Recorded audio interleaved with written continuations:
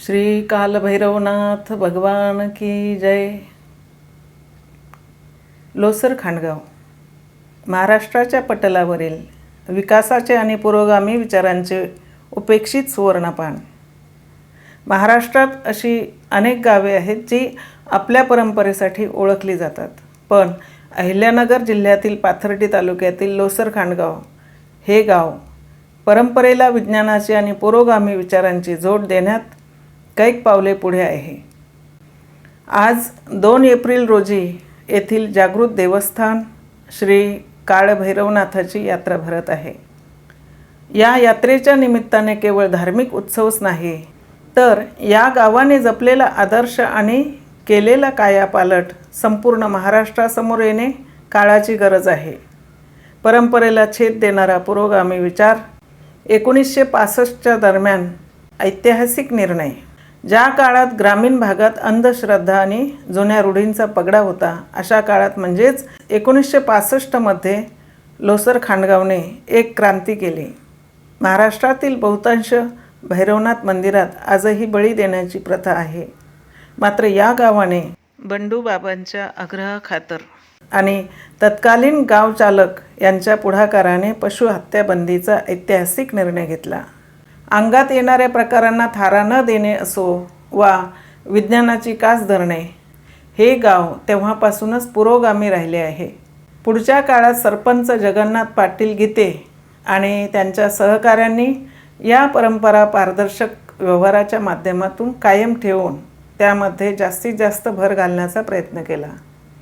देशातील बहुतेक सर्वच काळभैरव मंदिरात आजही महिलांना प्रवेश नाकारला जातो, परंतु लोसर खांडगावने 2012मध्ये महिला सरपंच हिराबाई अनिल गीते यांच्या कार्यकाळात महिलांना गाभाऱ्यात प्रवेश देऊन दर्शनाचा हक्क मिळवून दिला।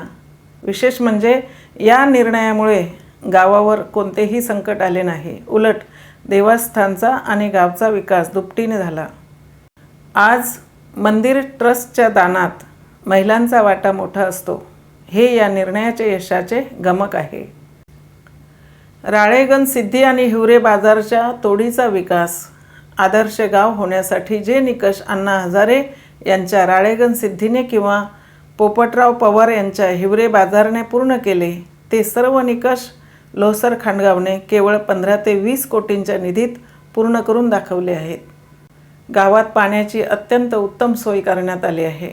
येथील जिल्हा परिषद शाळा आज मॉडेल शाळा म्हणून ओळखल्या जातात। नाशिक विभागीय संत तुकाराम वनग्राम पुरस्कार आणि राज्यस्तरीय संत तुकाराम महाराज वनश्री पुरस्काराने या गावाला सन्मानित करण्यात आले आहे।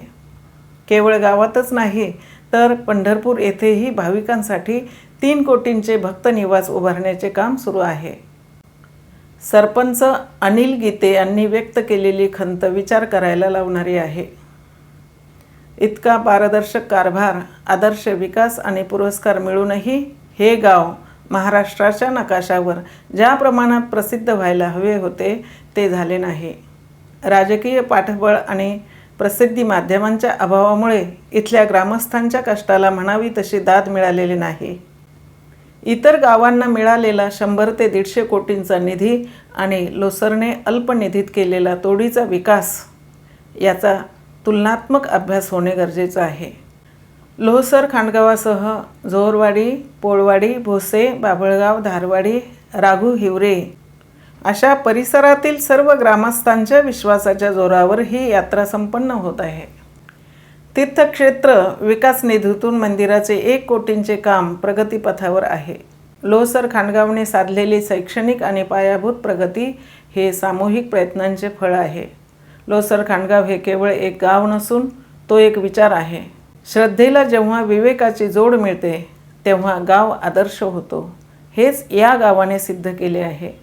या यात्रेच्या निमित्ताने आपण सर्वांनी या पुरोगामी गावाचा आदर्श डोळ्यासमोर ठेवूया। शिवाजी द्रौपदाबाई लक्ष्मणराव साळवे, खांडगाव।